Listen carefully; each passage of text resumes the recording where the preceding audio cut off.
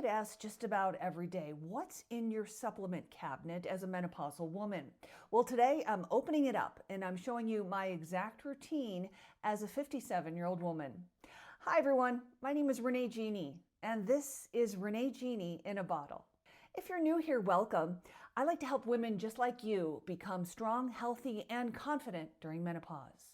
Today's video is simply what I take. This isn't medical advice, and I'm not saying everybody needs to take all of these. I work with a physician, and we just adjust things based on my lab work, on my health, and on my goals.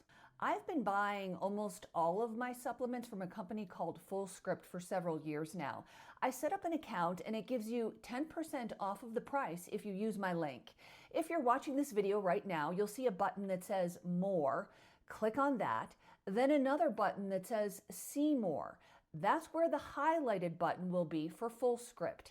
If you sign up on the Fullscript website, all of your supplements will be marked 10% off the listed price. Just sign up and you're in.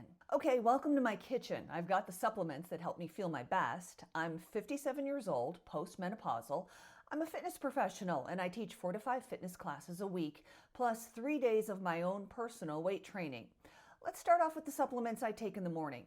First thing in the morning, I drink as many glasses of water I can get in the first hour after I wake up, no caffeine. Then my first supplement is collagen that I mix in my coffee. This is the whole body collagen from Designs for Health. I like it because it includes multiple collagen peptides instead of just one, including something called Fortibone. My biggest goals are supporting my bone health as a menopausal woman, but in addition, this helps with joints, tendons, and skin. I do 1 scoop, it's unflavored, no taste, and it completely dissolves in the coffee as long as I give it a good stir. Next is creatine. I don't have a favorite brand, just as long as it says creatine monohydrate on the back. I put it in my first water bottle of the day. If you're over 50, this might be the one supplement I'm going to encourage you to try to learn more about. I take between 3 and 5 grams every day. Some women think creatine is only for bodybuilders or it will make them gain weight. Not true. Research has shown it can help support muscle strength, recovery, and possibly even brain health as we age.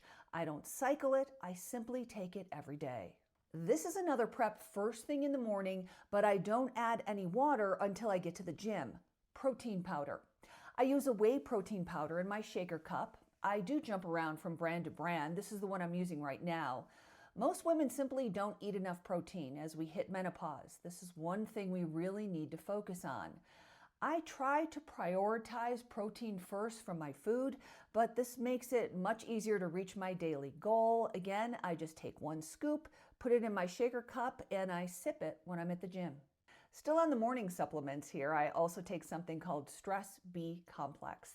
That helps me with energy and brain health. I also just started taking something called NMN. I'm a big fan of Dr. David Sinclair, and he has a lot of amazing studies on longevity, on muscle function, and energy when you take NMN.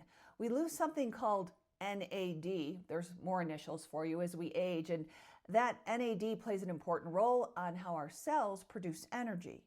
So those were the morning supplements. Now we're moving on to a few that I take sometimes after lunch, or if I forget then, I'll take them right after dinner. Of course, the biggie, fish oil. Believe it or not, I like to take the liquid form. I know not everyone is a fan, so you do what's best for you, but this is the brand that I really love. It's a lot easier than swallowing a pill. Of course, that's just totally personal preference for you.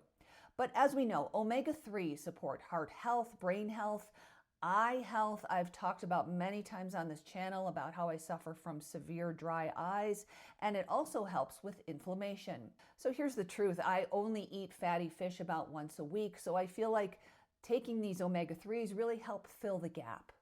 Another biggie that I take in the afternoon, vitamin D3 and K2. The theory is that taking vitamin D increases calcium absorption, and vitamin K helps ensure the calcium is used appropriately in your bones and teeth.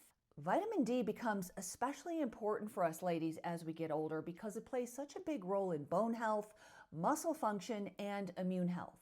I'm currently taking 5,000 IU of my vitamin D, but that's based on my most recent lab work. Sometimes I waver between 1,000 or 5,000. I wish I was taking vitamin D back when I was growing up in Buffalo, New York, when we had very little sunshine. They only get about 54 completely sunny days a year. I miss my family back in Buffalo, but I do not miss those consistent cloudy days. I've also read that if you're on blood thinners, you should not take vitamin K, or at least talk to your doctor before you consider it. In fact, do that for any of the supplements that I'm recommending today. I'm doing what's best for me. You do what's best for you. I actually rotate between a few different forms of magnesium. Are you confused about what kind of magnesium to take? Holy cow, you're not alone.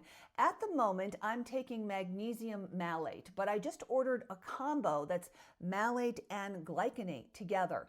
I do this magnesium during the day for energy, for heart health, muscle, and brain health. Then at night before bed, I take 2 different forms of magnesium. So now we're moving on to the supplements that I take just before I go to bed. I feel like magnesium citrate keeps me regular, and it can be helpful for digestion, although too much can definitely be sending you to the bathroom, so be careful on that one.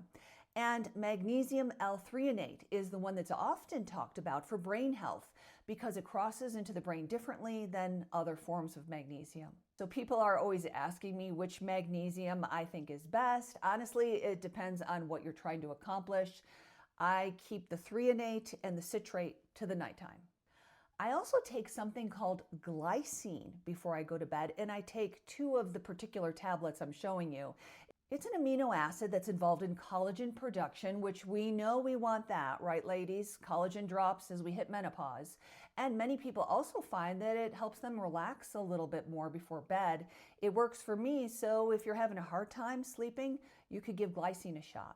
You may have noticed that I don't take a calcium supplement. I feel like I get enough calcium in the foods that I eat, and I feel the supplements that I already mentioned, magnesium, vitamin D, vitamin K, collagen, they're all assisting with bone strength and bone health. And then also, don't forget, as a fitness instructor, I'm also doing weight training every week that I think is super important for bone strength, bone health, along with some high interval jump training. I've done a whole video on jump training, so if you're interested in learning more about that, I'll post that video up here. So that's everything that's in my current supplement routine as a 57-year-old menopausal woman. Could that change? Well, absolutely. As new research comes out or as my own health changes, my routine may change too. I'm always trying to keep things evidence-based, listening to my physician, and not following any trends.